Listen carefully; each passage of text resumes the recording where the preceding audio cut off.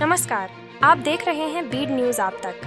बीड जिले की बड़ी और ज़रूरी खबरें सबसे पहले आप तक। आप सबको पता है कि यहाँ दिवाली है। दिवाली के ख़ास मौके पर हाजी अरफात साहब जो है तो यहाँ पर आए हैं बीड शहर के अंदर में, और वो ख़ास बीड ज़िले वासियों के साथ जो है तो दिवाली मनाने के लिए आए हैं। चाहे तो वो बड़े बड़े सेलिब्रिटी के साथ, नेताओं के साथ दिवाली मना सकते थे सर, फिर भी आपने जो है तो बीड ज़िला ही क्यों चुना सर? देखिए कैसा है, पिछले कुछ दिनों पहले मेरी अम्मी की तबीयत ख़राब हुई और बहुत ज़्यादा सीरियस हो गई और उनको अचानक मैं घर से अस्पताल ले जाया गया। और उसी वक्त पे जावेद कुरैशी का मुझे फ़ोन आ रहा था कि बोले मैं भी शोलापुर से मुंबई आ रहा हूँ। तो मैंने उनको पूरी हकीकत बताई कि इस तरीके से अम्मी की तबीयत बहुत ख़राब हुई। उन्होंने कहा कि मेरे ज़िले के अंदर एक ऐसा अनाथ आश्रम है जहाँ पे कई माँ, कई पिताजी, कई बच्चे ऐसे हैं जो लोगों को वहाँ पे हम इस तरीके से जब दुआ की जाते हैं, मदरसों में तो बांटते ही है, दरगाहों पे देते ही है और मस्जिदों में दुआ तो करते हैं, लेकिन एक इंसानियत एक इतना बड़ा धर्म है जिसको मैं मानता हूँ, क्योंकि मैं सूफीज़म से जुड़ा हूँ। जिसने पहचाना ख़ुद को उसने पहचाना खुदा को। और जो इस चीज़ को हम जब समझते देखते, और उन्होंने तुरंत कहा कि मैं आज के आज ही जाके उस आश्रम में जाऊँगा और अपनी अम्मी के लिए ख़ास तौर पर दुआ करूँगा और इंशाअल्लाह ताला एकदम सही सलामत वो घर आएंगे। और अल्हम्दुलिल्लाह वैसा ही हुआ। हाँ बोले, मेरी अम्मी सही सलामत घर आई और खुशियाँ हमारे घर में आई।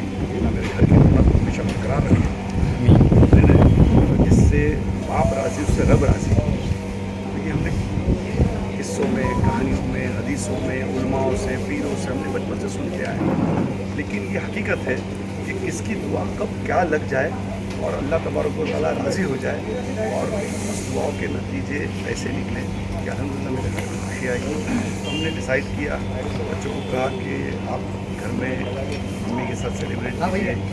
मैं अक्सर आज के दिन मुख्यमंत्री जी होने दो, आशीष शेलार जी होने दो, एकनाथ शिंदे होने दो, कई सेलिब्रिटी मेरे जो दोस्त थे, बड़े स्टार्स, उनके साथ ही 2 रोज़ में, क्योंकि वो रमज़ान में मेरे घर आते और दिवाली में मैं उनके घर जाता हूँ।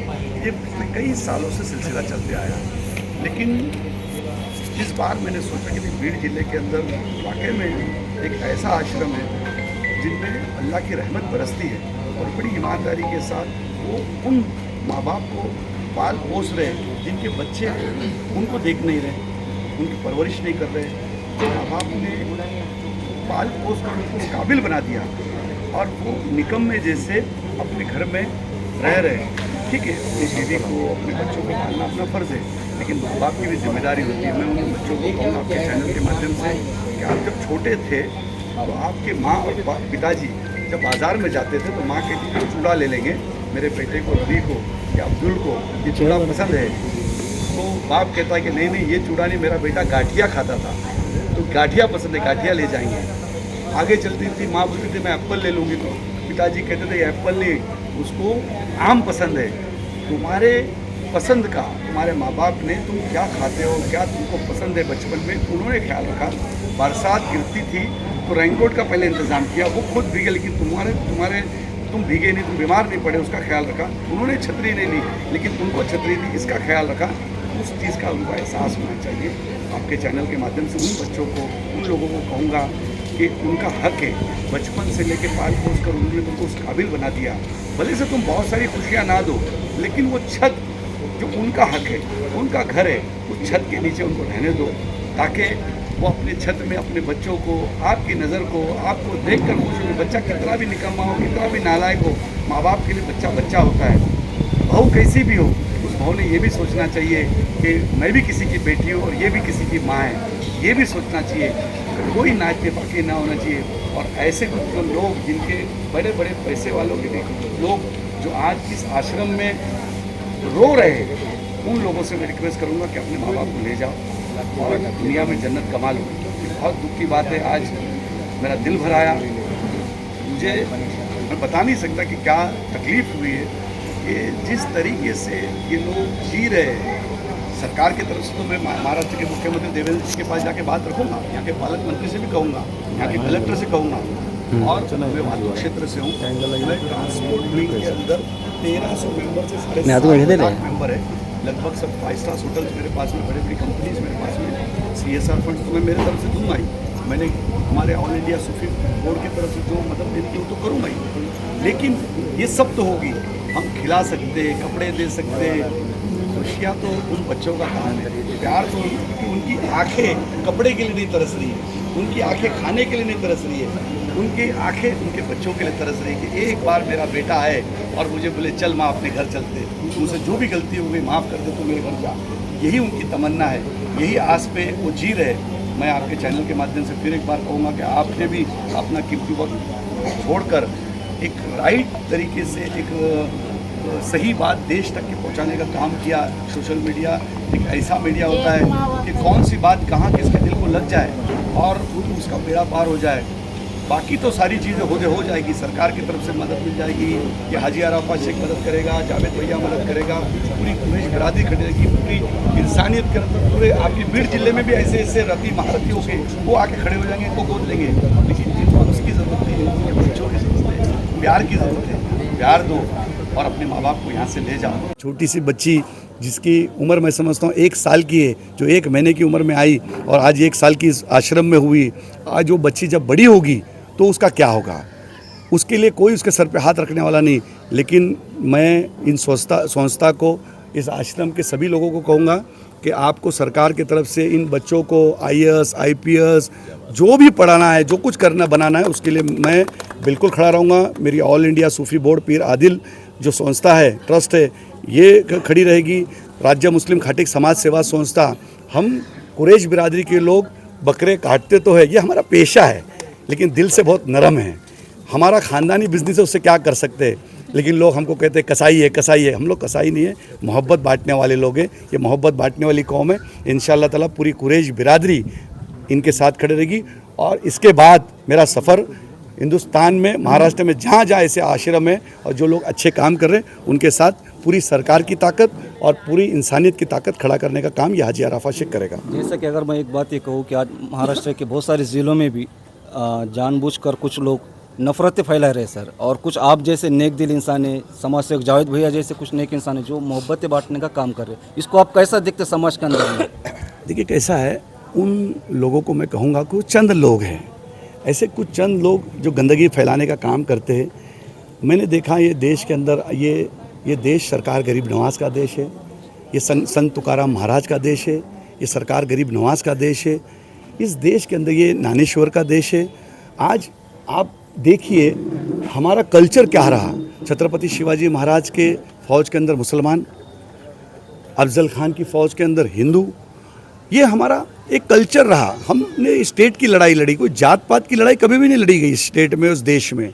लेकिन कुछ चंद लोग चंद वोटों के लिए, अपने पावर, अपनी कुर्सी बचाने के लिए इतनी इंसानियत को घिनौना तरीके से अपनी राजनीति चला रहे।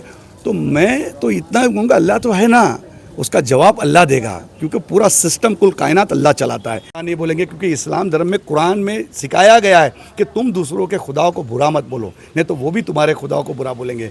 फिर कहा गया है तुम दूसरों के खुदाओं को बुरा मत बोलो, हो सकता हो तुम्हारे पैगंबरों में से हो। अगर वो हमारे पैगंबरों में से, तो हम तो कभी एक दुनिया के अंदर एक ऐसा मुसलमान, एक ऐसा पीर बताए जिन्होंने किसी भी भगवान के बारे में, हिंदुओं के भगवान के बारे में गलत शब्द यूज़ किया। ऐसा कभी नहीं होता, कहीं मस्जिद के अंदर मिंबर पे बोला नहीं जाता है, तो आप भी मत बोलो। और किसी भी मंदिर के अंदर मैंने नहीं देखा कि कभी भी मोहम्मद पैगंबर साहब के बारे में या सरकार गरीबनाज के शान में कोई गुस्ताखी की गई है। तो ऐसे त्योहारों को अच्छे तरीके से मनाओ। और उन लोगों को बोलूँगा, अगर तुमको इंसानियत सीखना है तो इस आश्रम में आओ, बीड़ जिले में आओ। तो 4 लोग हैं स्टेट के अंदर जो 4 लोग गंदगी फैला रहे, उन गंदगी फैलाने वालों को बोलूँगा कि अगर आपको डोज चाहिए तो एक दिन इनके साथ बिताओ, इंशाअल्लाह ताला तुमको इंसानियत समझ में आएगी और हिंदू और मुसलमान समझ में आएगा। ये सीखने का ये बीड़ जिला है, और इस बीड़ जिले को मैं हमेशा सलाम करूँगा, इन लोगों को सलाम करूँगा कि ऐसे आश्रम यहाँ पे है और इस तरीके से ये लोग अपने तरीके से इंसानियत का पैगाम दे रहे हैं, और ये पैगाम पूरे देश और दुनिया में पहुंचेगा। मैं उन लोगों के लिए दुआ करूंगा, अल्लाह उनको हिदायत दे और उनमें भी मोहब्बत आए, जो मुसलमानों के वोटों पे जीतते थे लेकिन आज उनको अचानक में मुसलमान ख़राब लगने लगे।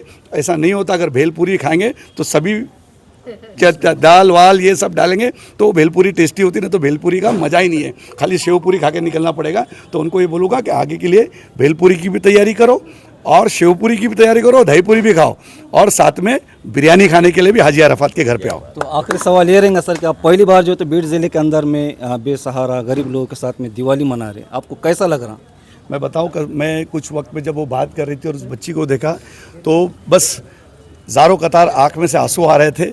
इस तरीके से लगा कि ये अल्लाह तबारक व तआला इनके ऊपर रहम अता फरमाए, करम अता फरमाए, इस जगह पे बरकत अता फरमाए, और जो लोग खिदमत कर रहे हैं अल्लाह उनकी नस्लों को आबाद कर दे। मैंने खूब बैठ के दुआ किया, और हर चीज़ का जवाब देना पड़ेगा। ये लोग यहीं जलील हो गए और यहीं बदकार हो गए और यहीं लोग जवाब देंगे। आज इस आश्रम में देखे जितने हिंदू थे उतने मुसलमान भी थे, और चलाने वाले हिंदू और पालने वाले, उनको पालने वाले जो लोग यहाँ पल रहे थे वो मुसलमान। एक हिंदू ने मुसलमान को पाला, ये अपने आप में एक बड़ी बात है उन लोगों के लिए कि ऐसे आश्रम में भी आके देखो कि यहाँ पे इंसानियत का पैगाम पहुँचा। यहाँ हिंदू और मुसलमान का पैगाम नहीं है, इंसानियत ही सबसे बड़ा धर्म है, ये दिखाया जाता है। यही मेरे देश का कल्चर है, यही मेरे स्टेट का कल्चर है, यही सबसे चीज़ें।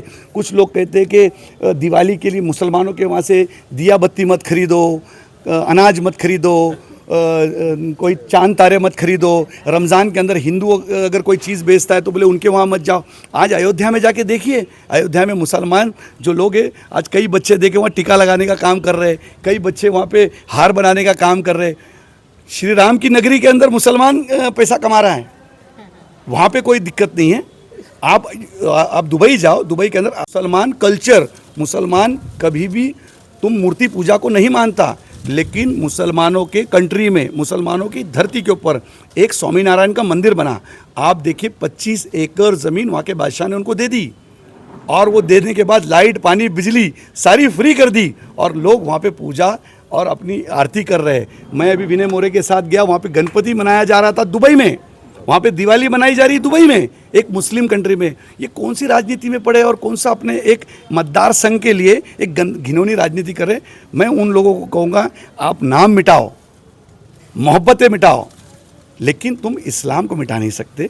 ये बात ध्यान में रखना कि जो दिलों में इस्लाम है, जो दिलों में प्यार है, वो कल्चर और वो मोहब्बत और किसी का धर्म को कोई ठेस नहीं पहुंचा सकते। एक कल्चर है, और इस कल्चर के अंदर हर कोई, इस देश के अंदर यही एक देश है जिसमें हिंदू, मुसलमान, सिख, ईसाई, हर कोई अपने तरीके से अपनी पूजा प्रार्थना में, दुआओं में लगा हुआ है, और उनको उसमें लगे रहने दो। मैं आज दिवाली सेलिब्रेट करता, आज मेरी ज़िंदगी की सबसे अच्छी दिवाली और मैं समझता हूँ। और मेरे ज़िंदगी के अंदर मैं मेरे पेज के ऊपर भी, और मेरे इतिहास की जो मैं बुक लिख रहा हूँ उस बुक में मैं कहूँगा कि मेरे जीवन के अंदर मैंने बहुत सारे, अंजुमन इस्लाम का स्टूडेंट हूँ, मेरे हिंदू दोस्त थे, भारतीय विद्यार्थी सेना का कार्यकर्ता हूँ, राज ठाकरे साहब से दोस्ती रही, उद्धव ठाकरे साहब से दोस्ती रही, देवेंद्र फडणवीस से दोस्ती रही, आशीष शेलार से दोस्ती रही, एकनाथ शिंदे जी से दोस्ती रही, प्रताप सरनाइक से दोस्ती रही। मैं स्टूडेंट विंग में, विनोद तावड़े जी, हम स्टूडेंट विंग में हम सब काम करते थे, भाई जगताप, हम सब एक स्टूडेंट विंग में साथ में पल बस के बड़े। लेकिन कई सेलिब्रिटी दोस्त, शाहरुख खान होने दो, सलमान खान होने दो, जैकी श्रॉफ होने दो, अनिल कपूर होने दो, ये दोस्त। लेकिन ये दिवाली मेरे ज़िंदगी की बहुत अद्भुत दिवाली है। मैं चाहता हूँ कि मैंने इतने साल इन लोगों के साथ दिवाली मनाया, लेकिन ये दिवाली मेरी ज़िंदगी के अंदर एक अनुभव रहेगा, एक मोहब्बत रहेगा, और जो दिल से, आँख में से खुशी के आंसू आए, ये मैं कभी भी भूल नहीं सकता। इसका एहसान मैं जावेद भैया कुरैशी का हमेशा रखूँगा कि उन्होंने पहली बार मेरे जीवन के अंदर मेरी माँ का नाम लिखा हुआ मैंने आज देखा, वहाँ मेरा दिल भर आया कि इन्होंने डायरेक्ट दिल के अंदर हाथ डाला है, और मेरी माँ के नाम से आज दिवाली के लिए जो इनको भेंट दी, मैं तहे दिल से सबका शुक्रिया अदा करता हूँ। आपका भी शुक्रिया अदा करता हूँ, आपके चैनल का भी शुक्रिया अदा करता हूँ। आप सब लोग खुश रहो, आबाद रहो, और इसके बाद इंशाअल्लाह ताला इस संस्था के ऊपर, इस आश्रम पे कभी भी कोई भी आँच नहीं आएंगी, उसकी जिम्मेदारी हाजी अराफात से लेगी। आपका कीमती वक्त देने के लिए बहुत बहुत शुक्रिया।